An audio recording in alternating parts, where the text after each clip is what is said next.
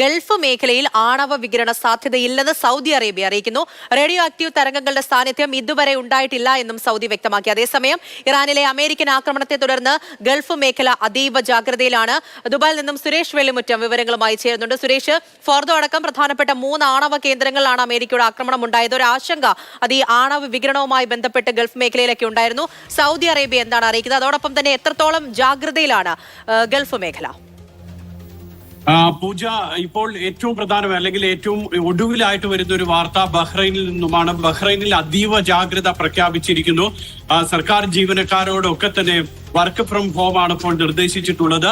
ജനങ്ങൾ പുറത്തിറങ്ങുമ്പോൾ ശ്രദ്ധിക്കണം, വാഹനം ഓടിക്കുന്നവർ ശ്രദ്ധിക്കണം, വീടുകളിൽ കഴിയുന്നവർ പോലും അതീവ ജാഗ്രത പുലർത്തണമെന്നുള്ള ഒരു നിർദ്ദേശം ബഹ്റൈന്റെ ഭാഗത്തു നിന്നും വന്നിരിക്കുന്നു. ബഹ്റൈനിലാണ് ഇപ്പോൾ ഏറ്റവും അധികം ഹൈ അലർട്ട് പ്രഖ്യാപിച്ചിട്ടുള്ള ഗൾഫ് രാജ്യങ്ങളിൽ ഒന്ന്. പിന്നീട് നേരത്തെ പൂജ സൂചിപ്പിച്ചതുപോലെ തന്നെ സൗദി അറേബ്യയിൽ നിന്നും വന്നിട്ടുള്ള അറിയിപ്പ്. സൗദി അറേബ്യ ഏറ്റവും ഈ ഇറാനിലെ ആണവ കേന്ദ്രങ്ങളിലേക്ക് അമേരിക്ക ആക്രമണം നടത്തിയപ്പോൾ ഉണ്ടായ ഏറ്റവും വലിയ ആശങ്ക ആണവ വികിരണം, റേഡിയേഷൻ സംബന്ധിച്ചായിരുന്നു. കാരണം ഈ UAE-യും ഇപ്പോൾ ഇറാനും തമ്മിലുള്ള ഒരു അതിർത്തി ഏതാണ്ട് 51 കിലോമീറ്റർ മാത്രമേ ഉള്ളൂ ഹോർമൂസ് കടലിടുക്കൊക്കെ വെച്ച് നോക്കുമ്പോൾ.